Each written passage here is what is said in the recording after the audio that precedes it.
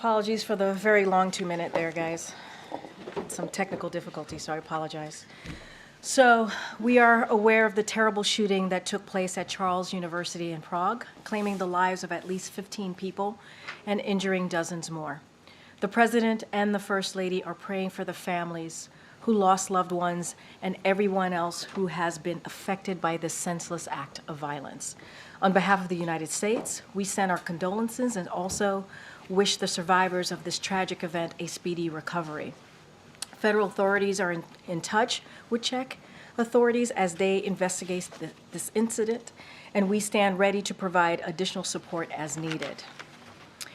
As we close out the year, we wanted to take a look back at the progress made since President Biden and Vice President Harris took office. So from day one, our administration has taken on historic challenges, and almost 3 years in, we have a record of delivering for the American people. President Biden vowed to lower prescription drug costs for seniors and families, and he is delivering on that promise. Thanks to the Inflation Reduction Act, which every single Republican member of Congress voted against, we're taking on Big Pharma. And here's a couple of things that has allowed us to do. It has allowed us to cap the cost of insulin at $35 for seniors, allow Medicare to negotiate lower prescription drug prices for the first time ever, and save 15 million Americans an average of $800 per year on their health insurance. Despite never-ending attacks from Republican officials, more Americans are covered by quality, affordable health insurance than ever before, including 7 million more Americans enrolled through the Affordable Care Act. Now, the President and the Vice President have also taken executive actions to fight back against state abortion bans that put the health of women in jeopardy, force women to travel out of state for care, and threaten to criminalize doctors. Onto the economy for a second. Over 14 million jobs have been created under President Biden. That's every job lost in the pandemic, plus almost 15 million more jobs.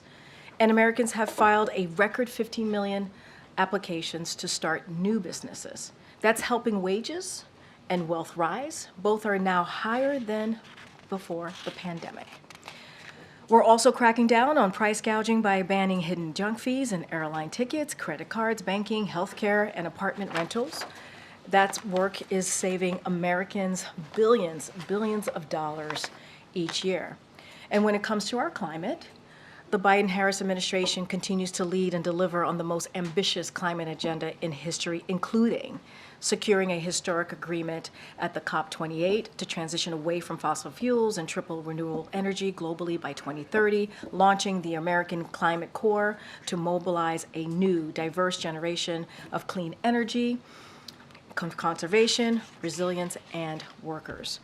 Taking bold action to cut emissions across the economy, including strong standards to reduce methane pollution from oil and gas operations. This historic agenda is unleashing a manufacturing and clean energy boom, with over $600 billion in private sector investments since the president took office. President Biden and Vice President Harris will continue building on this progress that we've made the first 2 years in the years ahead, and that is how we see our progress has been over the last 2 years under the Biden-Harris administration. And now, as you all know, we are joined again by Admiral John Kirby, who's here to take a few questions on Israel and the deal to bring home wrongfully detained Americans from Venezuela, and the president's call with President AMLO that he had earlier today. And with that, Admiral.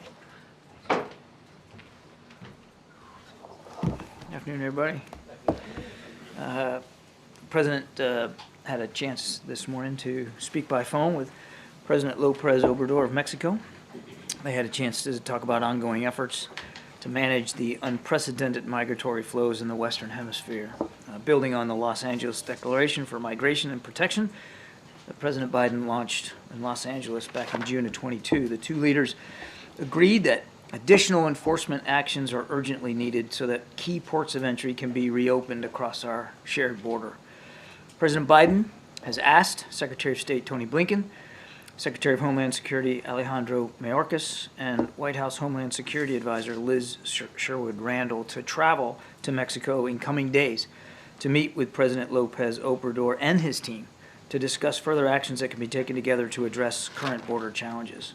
Just a quick update, if I could, about humanitarian assistance going into Gaza. Yesterday, some 120 trucks entered through Kerem Shalom and more than 71 through Rafah. This brings the total to almost 200 in just the last 24 hours. And of course, we're going to continue to work as hard as we can to increase that flow through both those border crossings and then make sure that there are processes in place to get that aid and assistance to the people who actually need it inside Gaza. That's it. Thanks, John. The United Nations says 1 in 4 civilians in Gaza is starving. Does the U.S. Believe that assessment or accept that assessment of the situation on the ground in Gaza?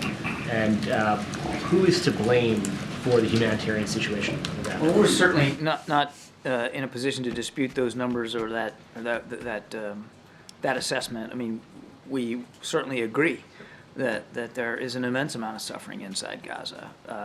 Hunger, obviously, but also health needs as well. And with winter coming, harsher weather is going to make it tougher for people that are not able to shelter. So we certainly share the concerns about the humanitarian crisis that's going on inside Gaza, which is why every day I come out here and talk to you about the things we're doing to alleviate that suffering. And in terms of the responsibility, why are more trucks not getting in now? Who is saying no more trucks? Is it inspection capacity? The Israelis say that the UN doesn't have the capacity to deliver the aid inside Gaza. Where is the bottleneck? It's not that somebody's saying no more trucks. We've been working closely with our Israeli counterparts to get that level up and sustained. And we've had days where it was and days where it wasn't. I mean, you have to remember this is also a war zone.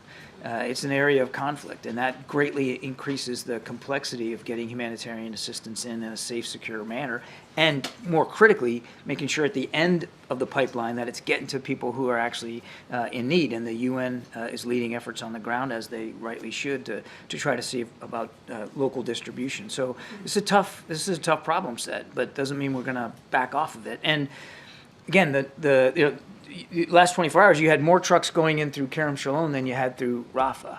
So I'm not obviously saying there needs to be more, but it's a good thing that Kerem Shalom, you can see the impact that crossing is having on getting aid in. And just the bottleneck question, where is it the distribution? I wish I could tell you there's like one bottleneck. There's a bunch of reasons. Every day is different. And every day, some of the limits are on the end of it, where the fighting is just making it harder to get trucks in. Some of it is the inspection regime and making sure that there's enough inspectors and that the trucks are adequately looked at and gotten through that process. Some of it is the availability of the assistance itself and the trucks themselves. So I mean, every day it's a little bit different, but we are working at this really, really hard. Just one quick one on the inspection regime. Since you brought that up, we know this is a Security Council debate over this new resolution here, and the issue of who is doing the inspections is a key one in that ongoing discussions out there.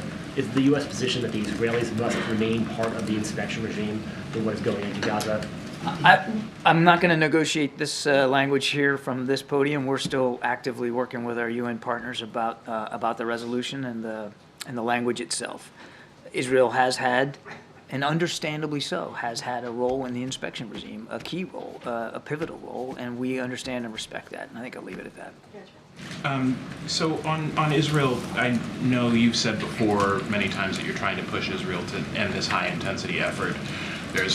No, that's not what we said, but go ahead. Okay, there's a request from lawmakers that you do, in fact, do that.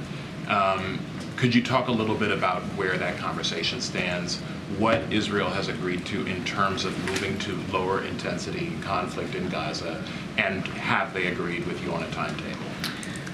The Israelis say they, too, recognize the need to transition to a different phase of fighting. I mean, in any military campaign, Trevor, you're gonna transition to a different set of objectives, and you're going to achieve those different set of objectives through different tactics and operations. I mean, that's just standard for the conduct of military operations. They understand, they have said themselves that they realize they're going to have to transition from a higher intensity level of operations, such as what they're doing now, to something a bit lower intensity. They will decide when, they will decide what lower intensity looks like and what that means. What we have done, Secretary Austin just recently in the region, as well as Secretary Blinken, have talked to them about our lessons learned in doing those kinds of transitions and what we learned, what we did right, what we didn't do right, what they should be looking for, what questions they should be asking themselves, as well as asking them some tough questions. And certainly when Jake was there, just in the last few days, had lengthy discussions with his Israeli counterparts about, in the War Cabinet about those questions, answering those tough questions. So again, we're not going to speak for their military operations. We recognize and they recognize that a transition is not only reasonable, but probably the most viable way to continue this fight. They'll work it out. I guess my question, do you have a common understanding on what that timetable looks like at this point? We are not dictating terms and timelines to the Israelis. We have certainly talked about the importance of moving to lower intensity operations, and obviously we don't want them to do it sooner than they think they can do it safely and effectively. But we believe that a transition, in the near future is the best possible outcome. Point of clarification on the president's comments yesterday on Venezuela. He said that there was an agreement with Maduro where Maduro said he would agree to essentially everything the U.S. had laid out on election reforms. Does that include having Maria Machado be represented as an opposition candidate on the ballot when that election takes place? I'm going to not get too involved in the diplomatic specific conversations that we had. What the president said was that the Maduro regime did agree to certain electoral proposals to include and were supported by opposition parties. It's important that they meet all those commitments. I think I'll leave it there. But does that include having her specifically? I'm going to leave it the way I just put. One more, just on Mexico. In that conversation, was there any discussion between the president and AMLO around fentanyl? There's been some reporting that we've done that Mexico's been essentially inflating its statistics on how many of these fentanyl labs it's actually taking down. Is that something that came up? Well, we've talked to the Mexicans routinely about the flow of fentanyl and other narcotics and trafficking of drugs across the border. That's a routine part of our discussions. The focus today was really about the migratory flow and the pressure that's being put on the southern border. Thanks, I appreciate it. On the border, we're talking to CBP officials who say that they're resourced to deal with about half the volume of encounters that they're seeing, that smugglers are putting migrants more and more at risk by dropping them off in more and more remote locations. Can you point to one thing the White House is doing right now that is making an impact on the border, is making an impact with this current surge? Well, one of the things that obviously it's a big part of the supplemental request, and should we get the funding we're asking for, it will give us an opportunity to put more Border Patrol officers out there on the border. It will give us a chance to increase the asylum court officers and help with that process. And there's some physical security measures that are baked into that funding as well. So part and parcel of the supplemental request was very much recognizing that more needs to be done on border security, and we're willing to keep having that conversation with members of Congress. I would also add that one of the things that President Lopez Obrador and the president talked about today was trying to work on getting at the root causes of migration. We're seeing record levels of people. More people are on the move in this hemisphere than has been the case since World War II. There's a lot of factors, and part of that is, of course, dealing with instability, political and domestic instability in the region. So the work that we did with Venezuela here, not just to get Americans back, but to get the Maduro regime to ascribe to certain electoral reforms, that's important. That's important to help get at some of the root causes of migration. On Gaza again, it's the end of the year. I think a lot of, as you can see in the other questions, Americans are reflecting on this humanitarian crisis. We've seen the estimates, the death toll reached 28,000. The WHO was saying repeatedly that one child is killed in Gaza every 10 minutes. Can you just reflect a little bit more on the humanitarian crisis that you're seeing and how Americans are supposed to sit with that reality? Nobody can look at the images coming out of Gaza and not feel not feel a sense of pain and anguish for so many innocent people that have been displaced from their homes, families killed, many wounded, a lot of fear and uncertainty. We feel that anguish too every single day, and that's why we have worked. We're leading the world in terms of getting humanitarian assistance into Gaza.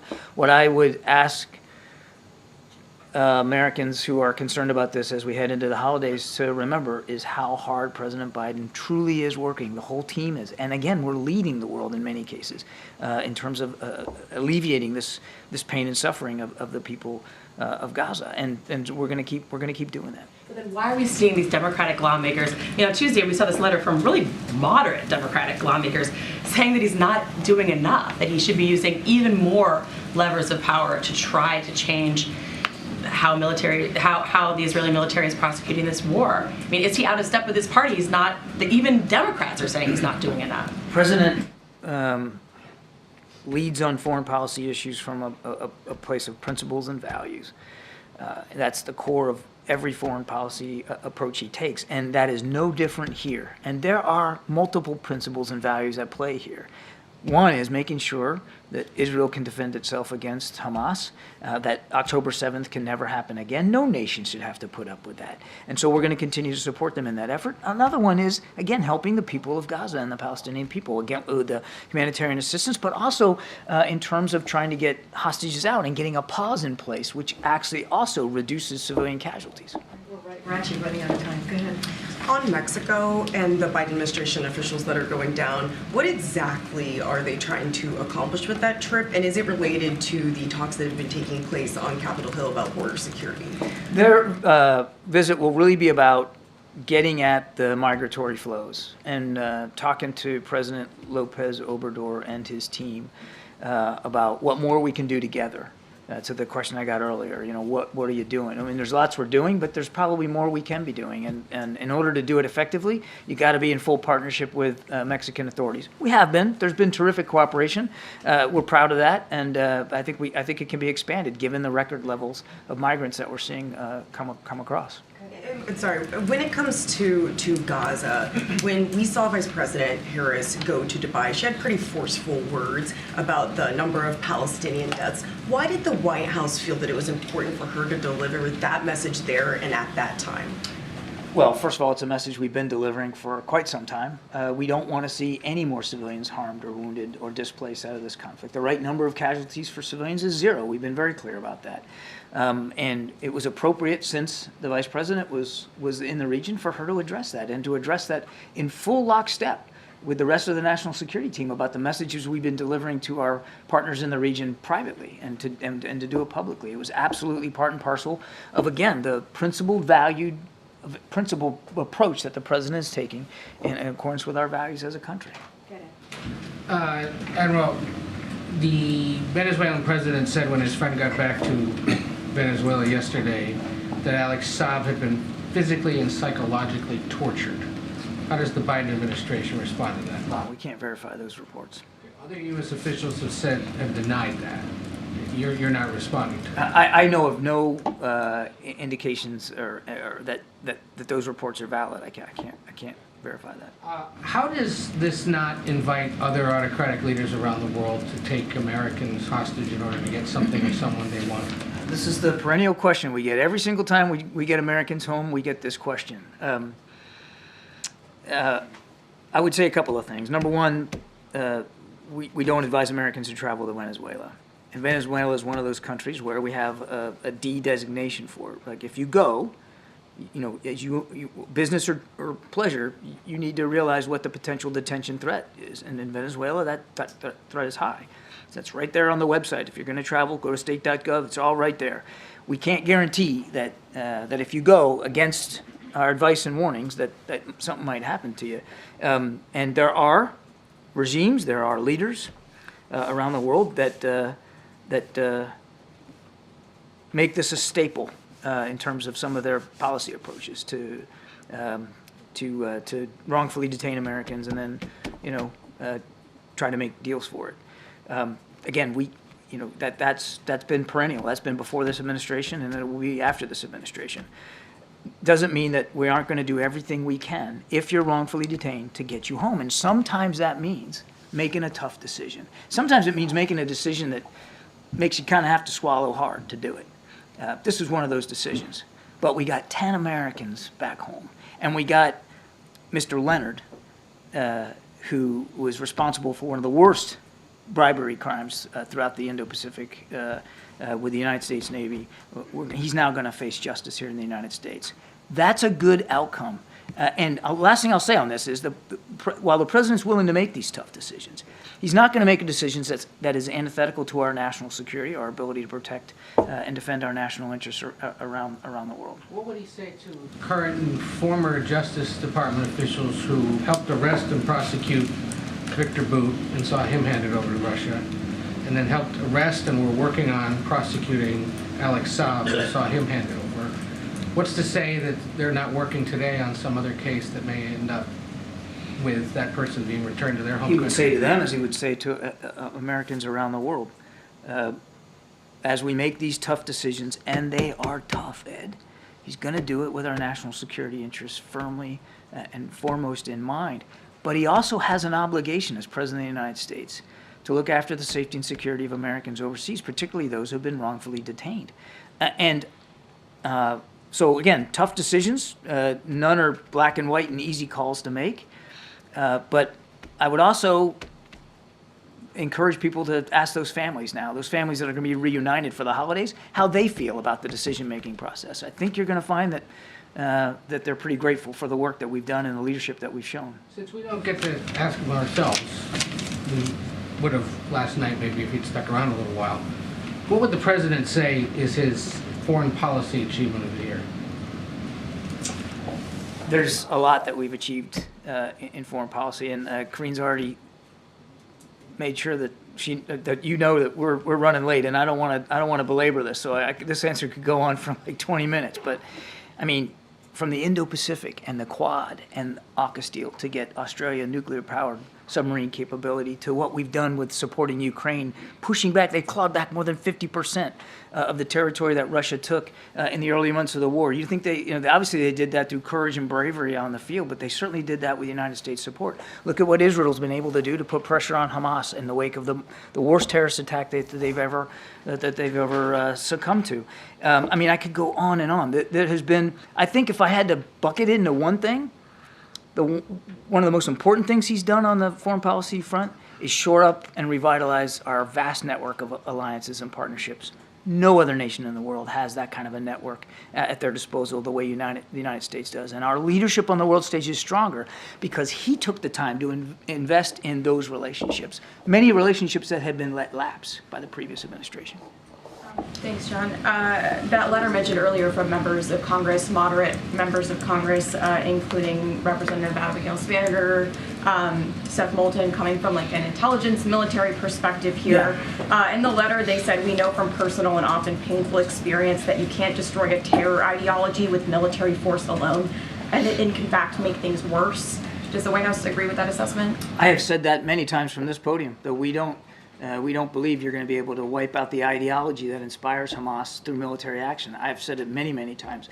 And as Secretary Austin said out at the Reagan Forum, we want to make sure our Israeli counterparts don't turn a tactical victory into a strategic defeat. So that is not a new notion, and certainly we agree that that's a risk here. And they're criticizing the president for not taking enough strong action here on how Israel is going about with their military operations. Have there been any recent conversations with the president and members of Congress who have been critical and want the president to do more here? I don't know of any specific conversations that the president has had with members of Congress about this, but I can tell you there's not a day that goes by where we're not having those conversations with our Israeli counterparts.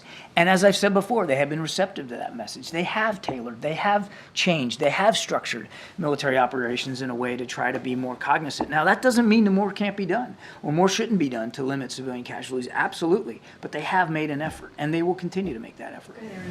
Thank you so much. On the UN Security Council resolution debate, are there tensions within the administration on the decision to make here? And another one, if there is another veto, how concerned are you about the international image of the United States blocking one resolution after another while people are dying and starving in Gaza? Well, let's not get ahead of ourselves. There isn't a resolution to vote on right now. We're still working with our partners up there about what that language ought to be. It's important to us, of course, that the humanitarian situation in Gaza gets addressed. We are working harder than any other nation to actually address those concerns. So we certainly would agree that that needs to be part and parcel of the language. But I don't want to get ahead of where we are. And we are working as a team to push forward the president's approach and his policies with respect to supporting Israel and to supporting the Palestinian people. A key to that is still working towards the promise of a two-state solution. There's a report, John, that the U.S. and the EU are working together looking whether seized Russian assets can be used to help fund Ukraine. Are you able to speak to that specifically or more broadly to what you will do if you do not get a supplemental?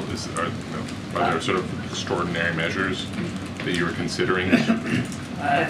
So we're kind of talking about two different things here. We still need the supplemental request to be able to support. There's no magical pot of money, as Shalonda Young said, to support Ukraine going forward. I won't talk to that specific proposal, but I will say, just broadly speaking, that we have talked to many of our allies and partners about what Russia's role ought to be post-conflict in terms of the restructuring, the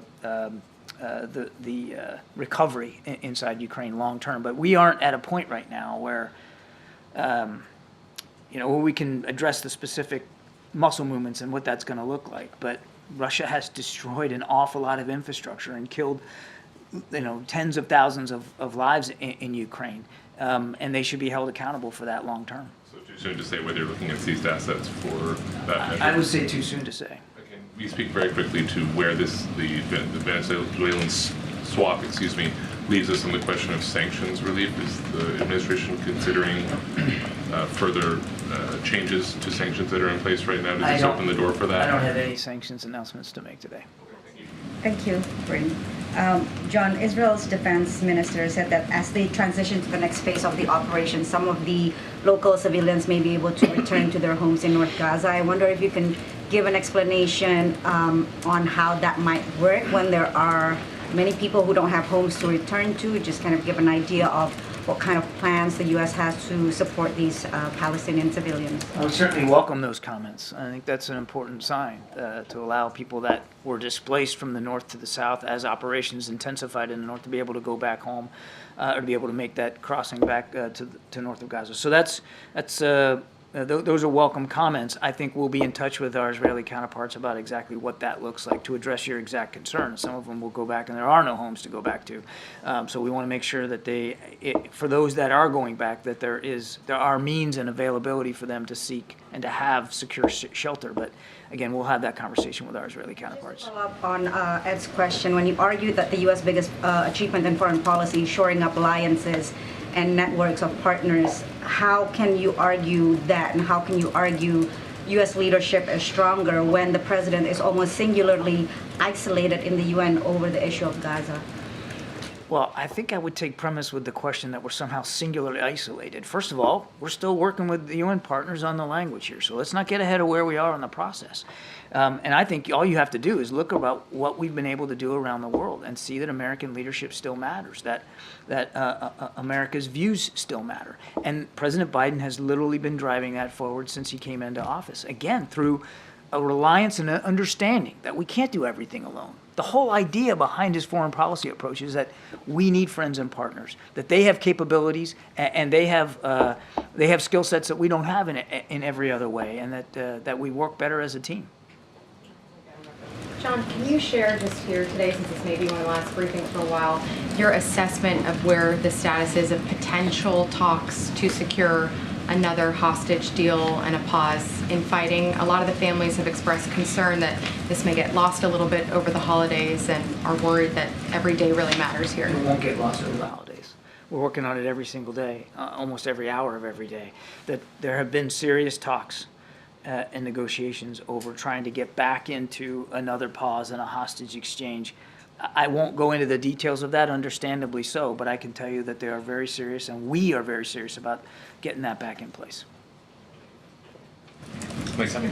I wanted to ask you about the call between President Obrador and President Biden this morning. We understand that the business owners in northern Mexico are complaining about these bridges, the railroad bridges being closed at a crisis causing about $100 million of losses on an everyday basis.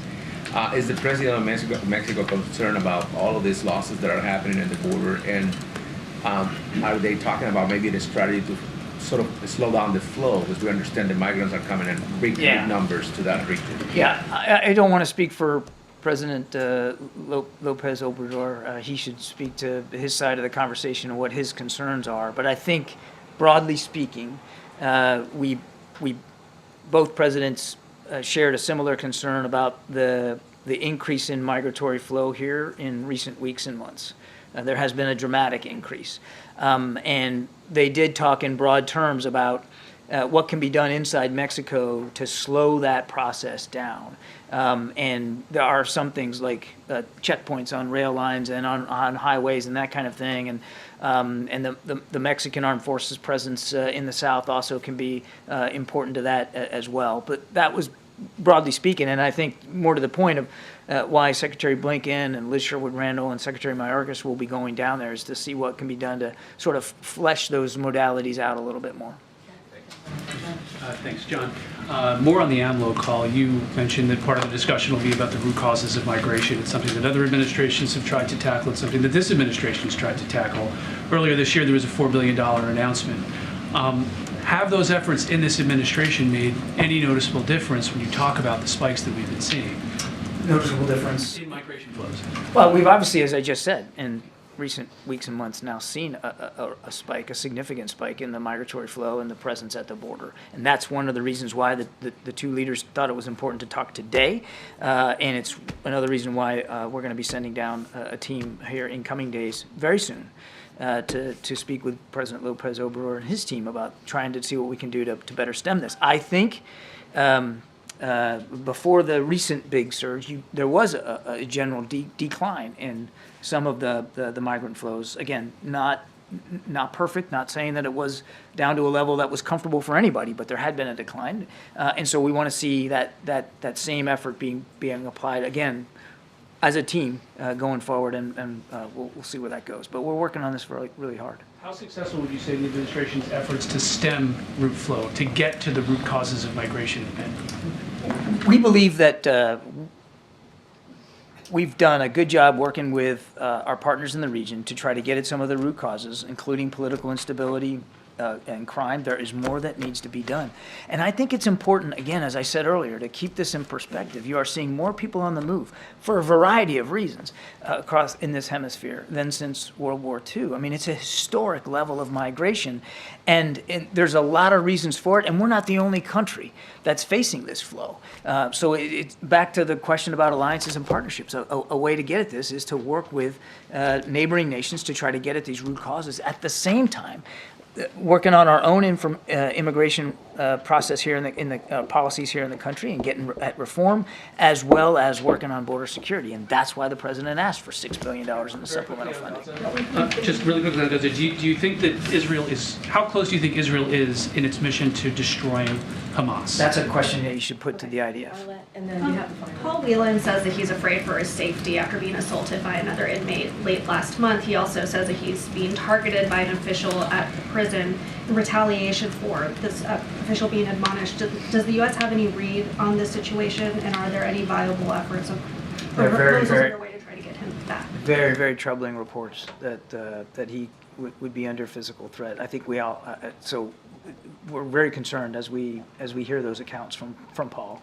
We'll continue to work hard through our embassy in Moscow to make sure he gets consular access and that we can address these direct concerns with our Russian counterparts. But it's very troubling. I would tell you again that while I don't have a breakthrough to announce today, we did in recent days put forward a serious proposal. The Russians rebuffed it regardless of what Mr. Putin says, and we're working hard to see what we can do to get another proposal that might be more successful, to get both him and Evan out.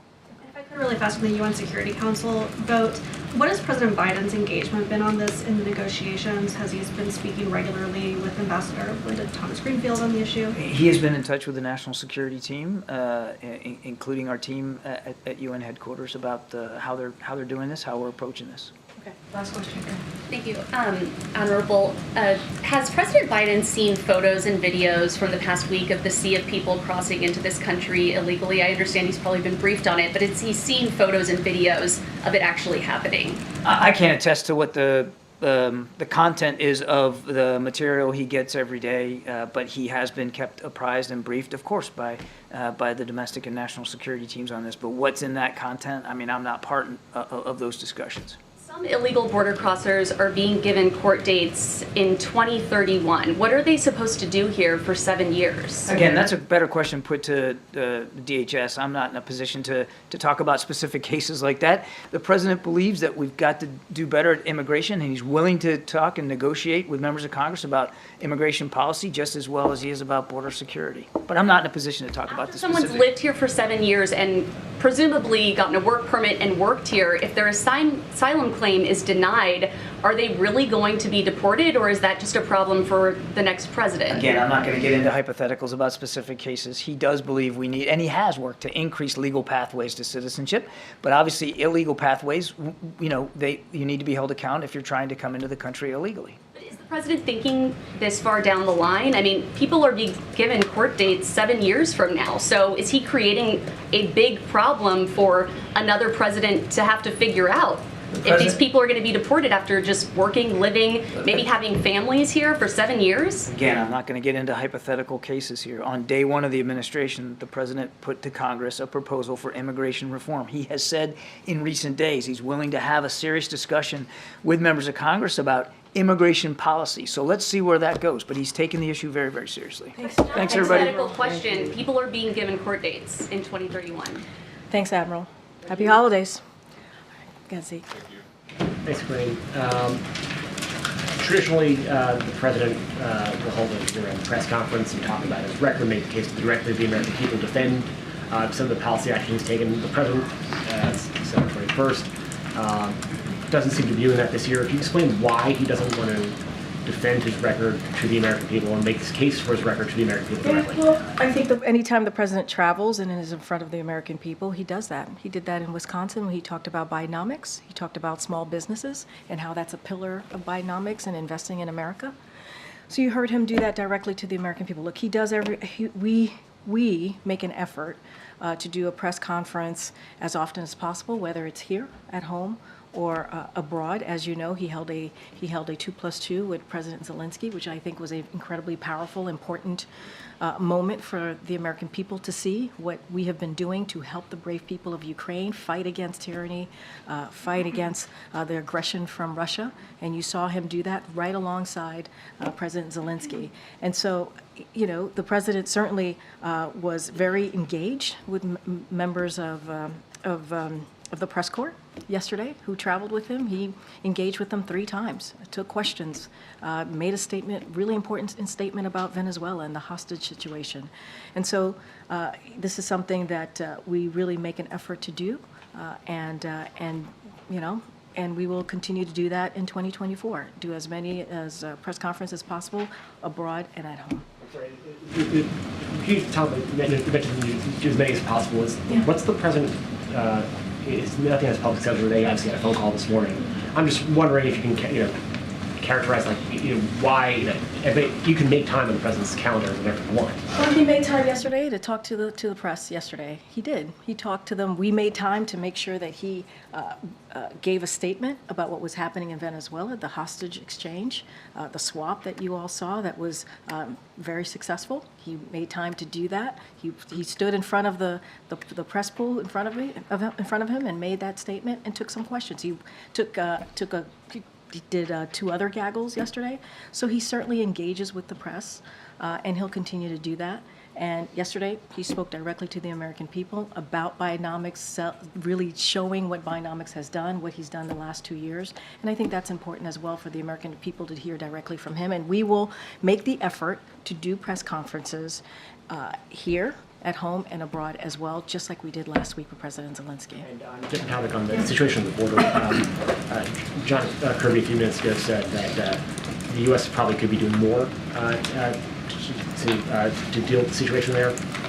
What more should the White House be doing, and what more has the president been doing to address the situation we've seen over the last week or 2, especially with slave search? So I think one of the things I think he meant by that is when we did the emergency supplemental, the national security component of that, it had a border security request, right? And that because the president understood that we did need to do more.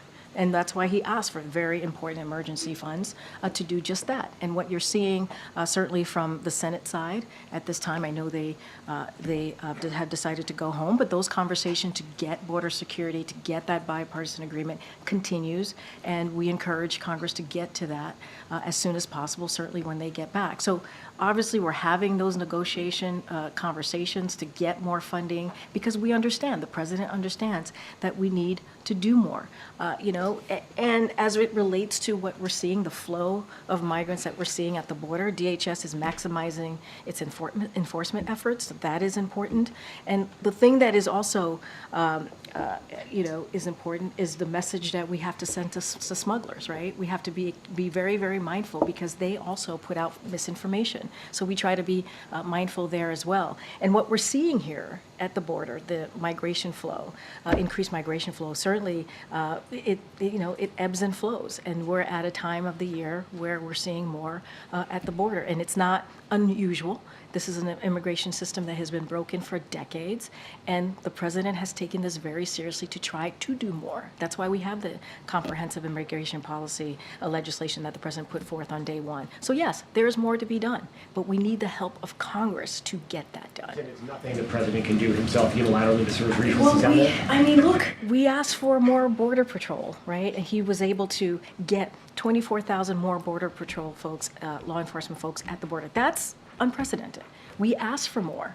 And you got Republicans in Congress who, especially in the House, who want to cut that. They actually want to do the opposite of what the president is trying to do.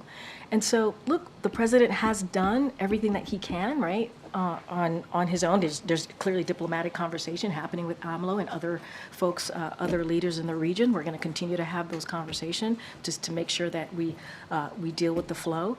But we also need funding. We also need funding to deal with the border security, which is what we're trying to do right now with these negotiations that are happening with the Senate, with senators right now. Okay, just to follow up on that, you said the president has done everything he can on his own on this issue. The letter from House Speaker Johnson suggesting otherwise, that there are specific steps that can be taken. Do you see anything in what he suggested that you would be open to? So I heard the letter, I have not read the letter, so I can't speak to the letter. They decided to go home, let's not forget, before the Senate did and did not participate, right? They wanted to push forward our HR 2, which as we have said, it doesn't help the border, actually makes it worse, cuts costs, cuts law enforcement. It does not help at all.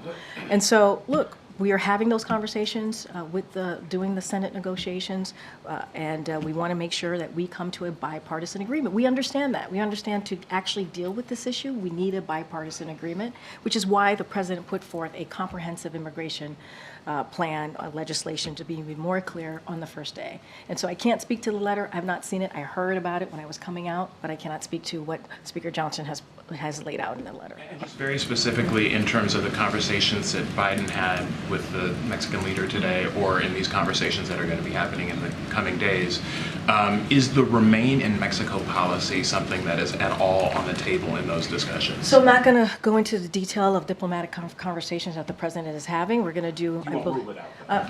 I'm not ruling anything out from here. I'm not going to negotiate from here. That's not what I'm going to do, or lay out what is on the agenda from here.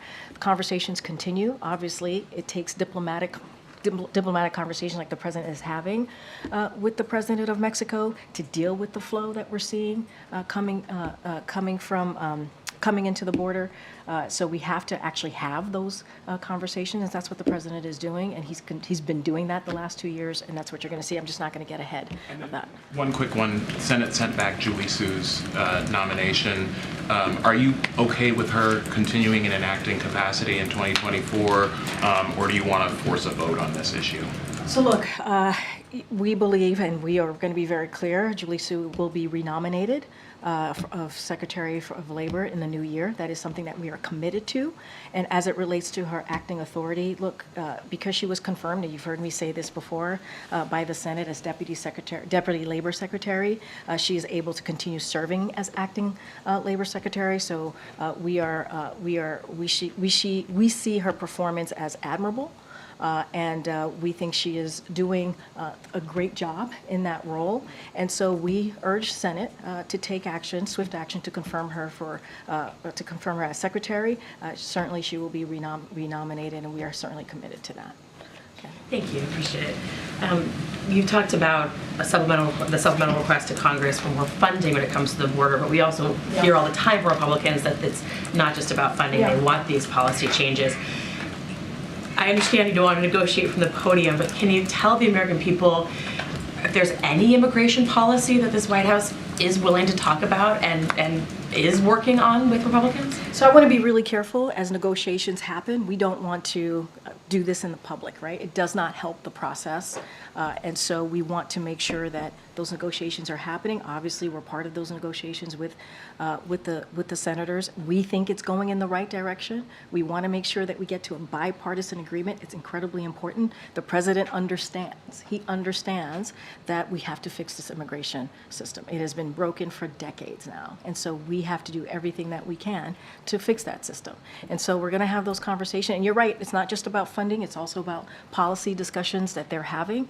And so don't want to get ahead of it. And let's not forget, this is a president that has had these types of negotiation, or been part of these types of, his team certainly has been part of these types of negotiations for some, obviously in different subjects and legislation. So that has happened for the last two almost 3 years, and they've been successful. So we're going to continue to do that and stay steadfast on that. Just following up on that, is it fair then to say that the White House thinks there will likely need to be some change to the asylum system? I'm not going to get into specifics from here, but we understand that there needs to be a bipartisan agreement, right? And so when you have a bipartisan agreement, right, both sides have to decide what they are willing to move forward with.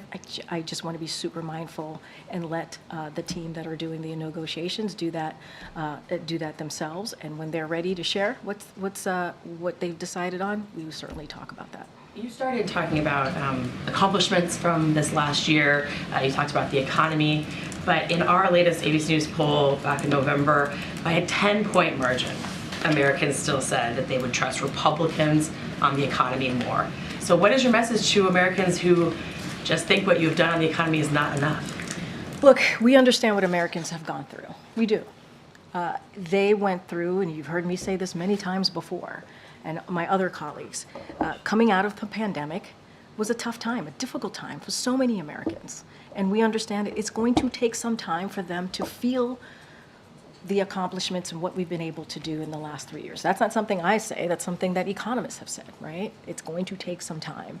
What we can do is what the president did yesterday, right? He went to Milwaukee, Wisconsin, spoke directly to the American people, people who live in Wisconsin, people who live in Milwaukee, to talk about what Binomics has done. He actually lifted a very important pillar of Binomics, which is small business, and there's been 14 million new applications this administration started on small business. That's important. That is investing in America. 14 million jobs created under this president.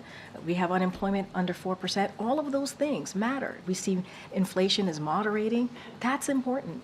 And so, look, we're going to continue to talk about it. We understand that Americans still feel things are unaffordable. That's something that the president said recently, and we're going to do everything that we can to lower costs. That's why we talk about junk fees, right?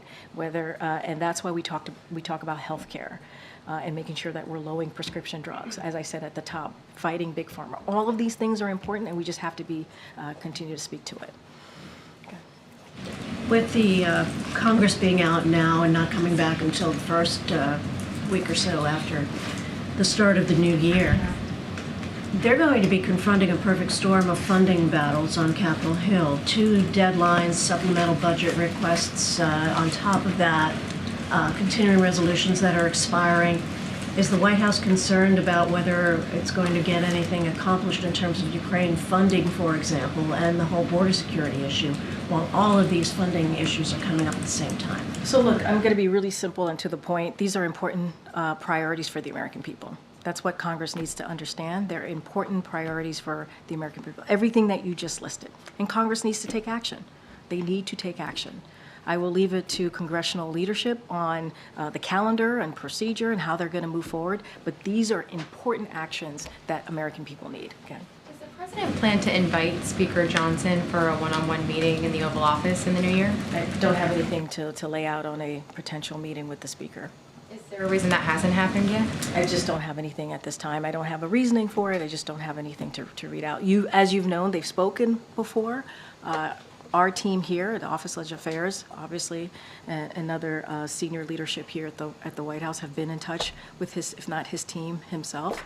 And so that is continuing, certainly continuing conversation. We speak to many members of Congress, whether they're Republican or Democrat. I just don't have anything on the president's schedule about a meeting. Does have a response to this significant violent rhetoric that targeted the Colorado Supreme Court justices and Democrats following that ruling that would keep Donald Trump off the ballot there? Some of that violent rhetoric has come directly in response to his own posts on social media, but there were concerns raised about that and that spreading on social media. On violent language and rhetoric in response to that, targeting specifically the Supreme Court justices in Colorado. Well, we've been always very clear. Any intimidation, any violent rhetoric or violence, we're certainly going to denounce that and say it's inappropriate. And so we're going to be very, very clear. Any form of violence is inappropriate and obviously dangerous. And that is something that we're going to speak out against. Thanks. Does the president have any plans for the third anniversary of the January 6th attack on the Capitol? As you know, I think the president has done something, I think the last 2 years of his administration on January 6th and spoken certainly to the importance of our democracy. I don't have anything to lay out today as to the president's plan for January 6th. Okay. Thanks. The White House put out a statement about the meeting on Tuesday with senior administration officials and the CEOs of the companies that make the RSV vaccine for infants. Last week, the manufacturers had said they could have an additional 230,000 doses available in January. With that meeting this week, was there any new commitment from these companies? Did they say they could produce even more vaccines in this winter season if that's needed? So look, we've been very clear. We think families should have access to the RSV vaccine. It is important for families to have access to that. We're going to continue to do everything that we can to make sure that we urge manufacturers, right, to produce and release enough RSV vaccines that meet the demand that we're seeing, especially at this time. And so that work we're going to continue. We're going to have those conversations. And we were glad to see the manufacturers announce an additional 230,000 vaccines that families need. And so we're going to continue to have those conversations. We want to see more. We want the needs to be met at this time. And so all I can say is that we're going to continue to have those conversations. We want to make sure that everyone who needs a shot gets a shot. So was that meeting this week just to follow up on what they had announced last week? I mean, look, we have continued conversation with manufacturers, because we know how important it is to meet the demands that we're currently seeing, right? So that is going to be conversations that are going to continue from not just from this week moving forward to make sure that those needs are met and we have the vaccines, the RSV vaccines that families need. It is important. Families should have access. It is critical for families to have access to RSV shots. Okay, Josh. The journal reported today that the U.S. is considering raising tariffs on Chinese electric vehicles, as well as other kind of similar products like batteries and solar panels. Can you give us an update on that and/or speak to the ongoing review of the China tariffs and when the president will make a final decision on them? So a couple of things. This administration continues to conduct its statutory review of the Section 301 tariffs on Chinese products. This review, as you know, is led by USTR in partnership with the interagency partners and stakeholders. We are taking a strategic, thoughtful, deliberative approach to a bilateral economic and trade relationship with China, and that certainly applies to our review of these tariffs. I just don't have any additional updates, but that has certainly been the path that we have taken on this. Months. Just don't have a timeline, but that's the updates that I can share with you. Can you speak earlier this week? There was conference board data that showed rising consumer sentiment. You've alluded to this in one of your earlier statements. Does the White House believe that inflation will continue going down and that sentiment will continue improving, or do you believe it's too soon to say? We've gotten into trouble, a year or so ago with transitory this or that. I just want to be clear on how you're viewing this moment here. So look, as you know, inflation fell to the lowest level in 3 years. That's important. Consumer confidence is at the highest level since July and the second highest level in 2 years. And so we're glad to see that Americans are feeling more confident about the economy. And as you know, I think a year ago or just 6 months ago, there was always this talk about recession, and that is certainly not where we're heading. And so we've always said that we're at a transition here to a more stable and steady growth, and that's kind of where we're going. And we're going to do everything that we can to make sure that inflation continues to moderate. And I think that's a good path. That's what the American people want to see. And at the same time, lower costs for Americans, because we know that that's important as we talk about Bidenomics and the economy. Great. So quick point of clarification on the Ukraine aid. Is the United States considering pulling from its own stocks to send to Ukraine without replenishing them? Or is the aid package that we expect to come in the next week or so the final one until Congress gives the United States more authority? I mean, look, we've been very clear. There's one more final aid that we can give to Ukraine. If the United States doesn't replenish its own stocks. Look, what I can tell you is we're doing, one of the reasons why we ask for additional aid is because we're running out, right? We are running out of aid to support the brave people of Ukraine. And we have what we've been able to do, and you've heard this from the Admiral, we've heard this from the National Security Advisors. We have kind of lessened, made that aid that we've announced the last couple of weeks or last couple of months smaller and smaller, because we don't have any more. This is it. And so that is where we are. That's why we asked for emergency funding. That's why we asked for that supplemental, because we need to make sure that Ukraine continues to fight for their democracy. And that's really where we are. That is where we are today. All right. Last one. Okay. Go ahead, Jerry. Thank you. Angola announced today that they're leaving OPEC. I was curious if there was an administration response, as maybe it relates to energy prices, and if it was an issue that came up when Angola's president met with President Biden 3 weeks ago. So, as you know, we're not a member of OPEC Plus, so you would have to speak directly to the government of Angola. More either. That's why I was. Oh, well, I'm just saying we're not members. We're not. Good point. But we're not members of OPEC Plus. That is not something that I can speak to. You would have to. It did come up in conversations. I can't go beyond what the readout was from that conversation, but obviously we are not members of OPEC Plus. So you have to talk to them about that. All right, thanks, guys. We're going to have something later on for you today on that, but as we normally do. All right. You want to say what? Oh, what? Oh, you wanted me to say something Christmassy? Come on, his plans around that. Is this plans? Oh, we'll have a week ahead. We'll have a week ahead. Well, we will share a week ahead. I thought you wanted something from me. I would say happy holidays. Hope to see you. Happy New Year. So it was good to see you all. Enjoy, be safe, and enjoy your time with your family. See you next year. You too. Bye, guys. Thank you.